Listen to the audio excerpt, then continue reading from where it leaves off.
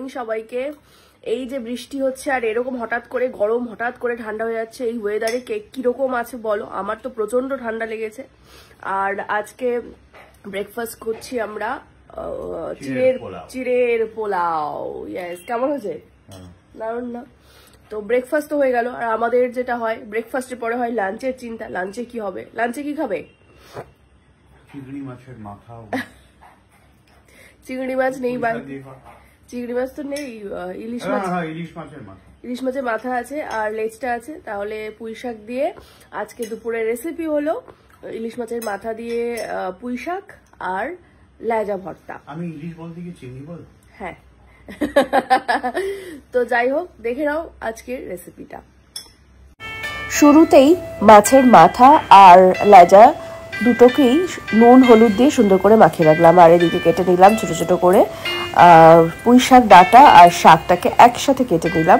ডাঁটাটা আলাদা করে সেদ্ধ করবো আর পুঁই শাকটা একেবারে রান্নাতে দেবো, সাথে কিন্তু আলুও দেবো। এদিকে ভাত বসিয়ে দিয়েছি আর এদিকে বসিয়ে দিয়েছি লেজা আর মাথা একসাথে ভাজা হতে।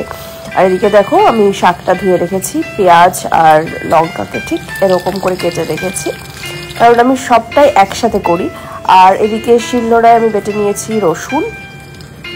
এবার এদিকে দেখো আমি সেদ্ধ করে নিয়েছি আলু আর ডাঁটাটাকে একসাথে, না হলে রান্নায় কিন্তু সেদ্ধ হয় না। এবার আমি ফোড়নে দিয়ে দিলাম তেলের উপরে কালো জিরে, পেঁয়াজ, শুকনো লঙ্কা, তেজপাতা।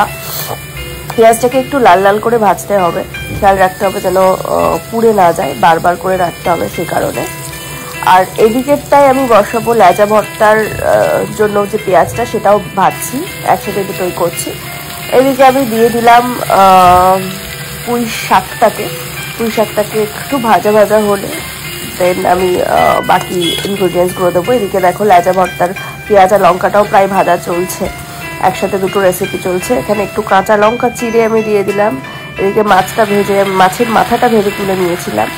এদিকে একটু কষা কষা হতে শাকটা, হলুদ আর নুন একটু দিয়ে দেবো, জিরে ধনে গুঁড়ো দুরকম দিয়ে দিলাম। দিয়ে এবারে এটাকে সুন্দর করে এরকম নাড়তে হবে। দেখো শাকটা কিরকম অল্প একটুখানি হয়ে গেল। আর এদিকে লেজাটা ভাজা হয়ে গেছে, লেজাটাকে সুন্দর করে ছাড়িয়ে মেখে নেব। এদিকে আমি সেদ্ধ করে রাখা আলু আর ডাঁটাটাকে দিয়ে দিলাম কড়াইতে। এবারে সুন্দর করে এটা রাখতে হবে, মাথাটাও দিয়ে দিলাম। ব্যাস, আমার রেডি দুটো রেসিপি। তো রান্না কমপ্লিট হয়ে যাওয়ার পর আমি ভিডিও করতে ভুলে গেছি। তো এই যে পুঁই শাকটা আর লেজা ভর্তা দিয়ে খাওয়া হয়ে গেছে, এই যে সবুজ হয়েছেও খেয়ে নিয়েছে। কিন্তু পুঁই শাকটা যেহেতু বিনা সারের, তাই জন্য এত ভালো স্বাদ। কেমন লেগেছে তোমার বলো? পবিত্র পুঁই শাক, পবিত্র পুঁই শাক, অসাধারণ। কেমন লাগছে খেতে?